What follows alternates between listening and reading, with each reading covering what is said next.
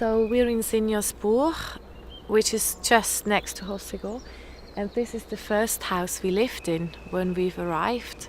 So not our permanent address, but just a place we've rented with Andy Frost and Joe Frost from Shared Jesus International, just to spy out the land basically.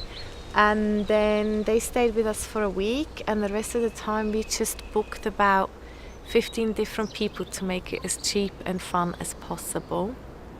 It's also where Marnie broke his wrist and had our first trip to hospital. Thankfully nothing since. And it's been a very challenging time because Indy didn't really fall asleep easily. He was really struggling to settle in. And we found out that the school started 2 days after we've arrived, had to get the kids in. We thought that we'd had a few weeks to just hang out, pray, and just spend some time as a family after having had a very hectic time moving and shaking and finishing up our life in the UK. Well, we stayed here after we've moved from Sinjosboer. Also went to the gathering in the meantime, and then so that was our third place. And it's a tiny little converted garage which belongs to our friends, and we were very pleased to move here because our next accommodation hasn't come through, and so we've had like 3 weeks where we were homeless. So when they've offered us this lovely place, we were jumping at the chance. But also in this time, my brother and sister visited, so it was 7 people in this house, and it was end of October. It started pouring with rain. The rain season started, and it was an interesting time. Let's put it that way. It was amazing. I mean, look at the view. The ocean view is just absolutely breathtaking. And we moved into here in November, I think. So it was really nice to be in a very decent place for Christmas. Our first Christmas here, because we decided not to visit a family in the UK or Switzerland because we really felt that we wanted to make some roots and memories for the children here. And we had a really, really good Christmas. We got invited by local friends and equally had friends over here, and it was a time of really settling in the kids into school and everything, but at the same time Marnie was having the hardest time ever and came down crying every single morning. He'd wake up not wanting to go to school, refusing to speak French, refusing to watch French telly or anything like that. So that went on until March, and then Jim arrived, and Jim decided to be a bit of a breath of fresh air. And it was really amazing because Marnie suddenly realized that we weren't the only ones who had that heart for another country, for other people, for mission. He understood what mission meant to somebody else. And that was a turning point in his life. Okay, so we're at the Chapelle de la Plage at Plage Centrale in Hossegård.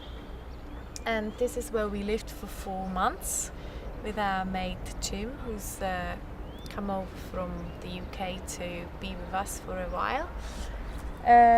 This is also the very door which got broken into. So this time has been a little bit challenging. It was very good in the sense that we've lived here for 4 months, which is probably one of the longest time we've lived in one stretch somewhere. But also a little bit challenging because it was just pouring down with rain for 1 month, and as you can see there's not much to do outside. But we were just excited to use the building upstairs and do church in like a little bit of a bigger scale. It was the first time that church wasn't in our house. It was the first time we moved into a proper building in that sense. Also, we've had loads of barbecues after church, open house. But also the challenge was that it was beginning to get warm, and then people just gathered around the house all day, every day, and we had very little family time and personal space. But apart from that, it was a really amazing time, and we felt during that time we've really been like advancing the kingdom and really like broke some ground and sowed loads of seeds. So one of our friends behind us has got an apartment here. We didn't know about it, but after we've been to La Chapelle de la Plage, we were kind of homeless for the summer, so we knew that we were going to go back to the UK for Infuse and other things, but in the meantime we had nowhere to stay. And just out of the blue I got a phone call, and she said, "Do you fancy staying in my place for like a week?" And we were so pleased because it's a nice little place, and the kids really enjoyed it here. Very noisy. It was a bit challenging really because there's no real toilet or cooking facilities, so it's not like a campsite in a sense.